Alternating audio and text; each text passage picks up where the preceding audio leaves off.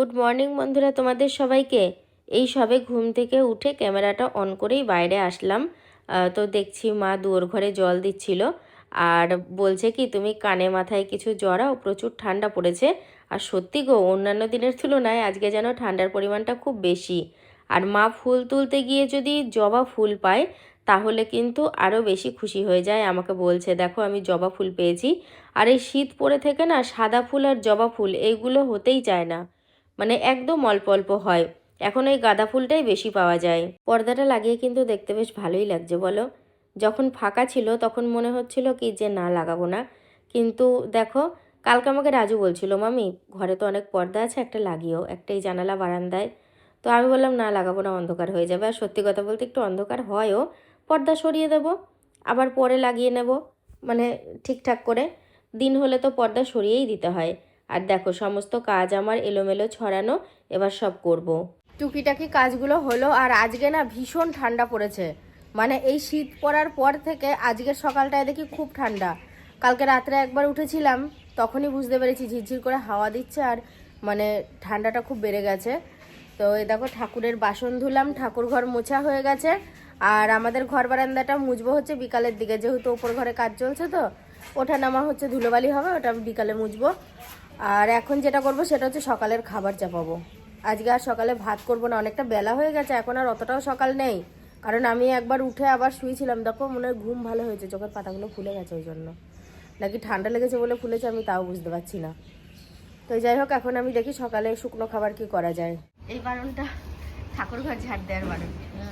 পুরা পুরা কেন? এটা নতুন বলে ব্যবহার করতে করতে আবার ঠিক হয়ে যাবে।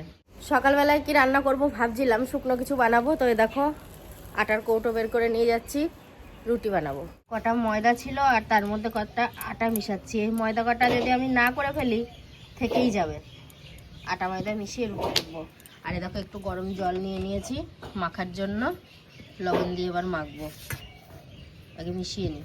ময়দা রুটি খেতে ভালো লাগে, গরম জল দিয়ে যদি ময়দা রুটি মাখা হয় তাহলে রুটিটা নরম হয়, শক্ত শক্ত হয় না। এই যে এটাই হলো লাস্ট রুটি। তো এই দেখো এই গামলার মধ্যে সব ঢাকা দিয়ে দিয়ে রেখেছি যাতে একটু গরম থাকে। এখনই আমাদের খেয়ে নেওয়া হবে। আমি অত ভালো রুটি করতে পারি না। হ্যাঁ হ্যাঁ, দেখো ঢাকা দিয়ে দিয়ে রেখেছি বলে এখনো বাষ্প বেরোচ্ছে। ঢাকা দিয়ে রাখি, এবার খাবার মতো একটা কিছু বানাবো আলু টালু দিয়ে। যাই হোক, হয়ে গেল সকালের আলু ভাজা আর রুটি। রুটি বানালাম বলে একটা খেয়েছি, আর দেখো আমি মুড়ি নিয়ে নিয়েছি, তলায় আলু ভাজা আছে। কারণ আমি রুটির থেকে মুড়িটা বেশি পছন্দ করি, আগেও অনেকবার বলেছি। আর আমার বাবা এখন সেলুনে যাচ্ছে দাড়ি কাটতে, তাই তো? হ্যাঁ। এ দেখো এটা হচ্ছে কালকের ধরা মাছ, সায়ন আমাকে দিয়েছিল, তো কালকে বাছাও হয়নি কিছুই না, আমি ফ্রিজে রেখে দিয়েছিলাম। তো এখন এই মাছটা বাছবো। আর আরো কিছু টুকটাক ধোয়ার কাজ আছে, সকালে খাওয়া দাওয়া হলো ওগুলো ধোবো। তো দেখো কাজের ফাঁকে মাছটা কেটে হাত এতটাই ঠান্ডা হয়ে গেছে, তো মাকে বললাম তুমি কেতার তলে যাও, না গিয়ে এখানে আগুন করেছে। আগুন করেছি। হ্যাঁ, দিয়ে বলছে হাত সেকে যাও। তো আমি আগুন খুব একটা পোয়াই না, পছন্দ করি না, কিন্তু আগুনটা দেখে হাতে পায়ে সব জল লেগে হাত কনকন করছে। তো একটুখানি গরম করে নিচ্ছি হাত পা গুলো। তো তারপরে তো কাজ টুকটাক আছেই। তো দেখো আগুনটার অনেক আদর রয়েছে, এখনো আগুনটা নিভে গেছে, তবুও ছাই রয়েছে, আমরা তবুও এটাকে ঘিরে বসে রয়েছি। আগুন আছে তো? আগুন আছে, তাপ আছে ভালোই। তাহলে আমরা বল, কথা বল, তোর কথায় প্রবলেম নেই। তুমি সইনি, তুমি আমি সায়ন সবাই রয়েছে। সবাই মিলে আগুন পোড়াচ্ছি। আমি একটু আগে তোকে কি নামে ডাকলাম? ব্যাটারি। ব্যাটারি।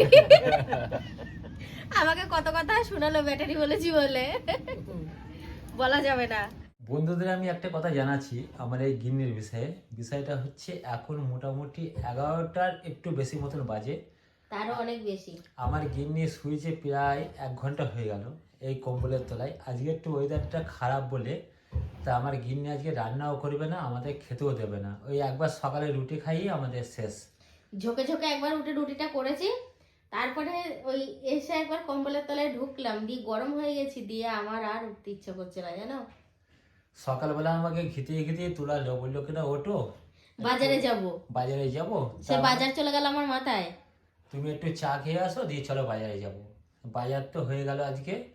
আমাদের ঘরে এমন একটা সবজিও নেই আজকে দুপুরবেলা যে রান্না হবে। জানো আমি চুপচাপ নিশ্চিন্তে শুয়ে আছি, কি বলে কি জানি। তা ওই ভাবছি আজকে ওয়েদার যখন যার ভালো কাছ আছে থেকে সবজি নেই সে আসছে না দুদিন। আরে কি হয়েছে দেখো, বাড়িতে সবাই রাগাচ্ছে চান করবে না করে দিয়ে, যাই হোক একটু যেতে যেতেই চান করে নিয়েছি, মাথা দিয়ে গা দিয়ে জল ঢেলে আমার এত ঠান্ডা লেগেছে, আমি দেখো ফুল প্যান্ট পর্যন্ত পরে ফেলেছি আজকে বাহ চুড়িদারের। তারপরে এসো গায়ে দিই না, তাও গায়ে দিয়েছি। আর তুমি বললে যে খিচুড়ি করবা, আর আমি তো সেই তোকে অপেক্ষা করছি কখন বানাবা। এখন দেখো চাল ডাল নিয়ে এসছে, এখন বেলা 12টার বেশি বাজে, এই যে এখন এসেছে চাল ডাল। তুমি ওই সিদ্ধ চালের করো না বলো, না আতপ চাল ছাড়া ভালো লাগে না। তো এই যে এখন খিচুড়ির জন্য চাল ডাল এসছে, আর আমি মাছটা ভাজা করলাম, এই যে মাছ ভাজা করেছি। আর খিচুড়িতে কি ফুলকপি দিবা? আছে, দিয়ে দাও।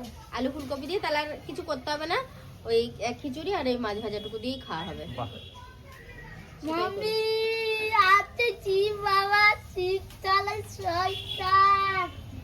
তুই তো বলেছিস, তা আমি করবো না? আজকে আমি হুডিটা পরেছি বলে সবাই বলছে। গরম গরম খিচুড়ি। আমার বর দেখছে খিচুড়ি কি সবারই খাওয়া হয়ে গেছে। সবারই বলতে হ্যাঁ, সবারই খাওয়া হয়ে গেছে। ওই রাজুও খেয়েছে, সোহিনী, তারপরে সুন্দর, আজকে সব দুপুরে খিচুড়ি খাওয়া হয়েছে মোটামুটি। ও বলছে কি যে তুমি দুপুরবেলা খিচুড়ি করলে আমার ভাতগুলো তো থেকে যাবে, না অসুবিধা নেই, শীতের ভাত নষ্ট হবে না। আর তুমি তাহলে বসো, আমার কর্তা গিয়েছিল একটুখানি দরকারে, তো দরকারটা সেরে আসলো, এখন খাওয়া দাওয়া হবে। আর আমিও মিথ্যা কথা বলবো না, আমি একটুখানি বাটি করে টেস্ট করেছি, ভালো লাগছিল। আমি আবার খিচুড়ি হলে লোভ সামলাতে পারি না। কে কে ভালোবাসো একটু কমেন্টে জানেন তো শীতকালের খিচুড়ি। শীতের মধ্যে অনেকেই ভালোবাসবে। আর দেখেছো তোমার আর আমার খিচুড়ির পার্থক্য হচ্ছে, তুমি করলে ঢেল ঢেলে হয়, আর আমি করলে ঢেল ঢেলে হয় না, আমি টাইট টাইট খিচুড়ি বানাই। তা ঠিক। পৌষ মাসের শুরুতেই যদি এত ঠান্ডা হয় তাহলে মাঘ মাসে কত ঠান্ডা হবে। তবে হ্যাঁ, আমি যে বলছি ঠান্ডার দিন তো ঠান্ডা পড়বে, এটা তো সবাই জানে, কিন্তু আজকে যেন মনে হলো যেন প্রচণ্ড ঠান্ডা পড়ছে। আজকে সকালবেলা বেলা থেকে উঠেছি, অনেক বেলাতে উঠেছি, দুপুরবেলা স্নান করবো কি এক জায়গায় গিয়ে আটকে গিয়েছিলাম, স্নানটাও করা হয়নি। আর তারপরে আমাদের শরীরটাও খুব একটা ভালো ছিল না, বাড়ি থেকে সবাই বারণ করলো যে আজকে তুমি স্নান করো না, ঠান্ডা লেগে যাবে। তা আমার কালকেও যা পরিস্থিতি হয়েছিল, আজকে দেখি কালকের থেকে অনেকটা ভালো আছি। তা দুপুরবেলা খাওয়া দাওয়া করে দুজনে কম্বলের ঢাকা নিয়ে শুয়েছিলাম, গরম গরমই লাগছিল, খুব একটা খারাপ লাগছিল না। কি যেন মনে হলো যে একটা পাড়া থেকে ঘুরে আসি। ঘুরতে গিয়ে দেখলাম বাপু প্রচণ্ড হারে বাইরে ঠান্ডা। জ্যাকেট পরে গেছিলাম, এই জ্যাকেটটা, এসে এই জ্যাকেটটা খুলে একটা গেঞ্জি পরলাম, তারপর আবার জ্যাকেটটা পরলাম, এখন একটু গরম গরম লাগছে। গুড়ের গজা খাচ্ছি, এই বছরের প্রথম গুড়ের গজা আনলাম।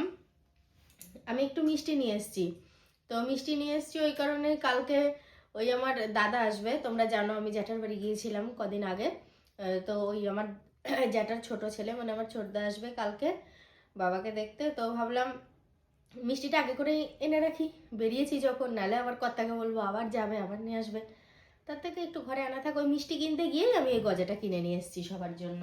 অনেকদিন পর কর্পূরদানিতে কর্পূর গলানো হচ্ছে, ওই দেখো, এটা অনেক আগে ব্যবহার হতো, বহুত দিন পর।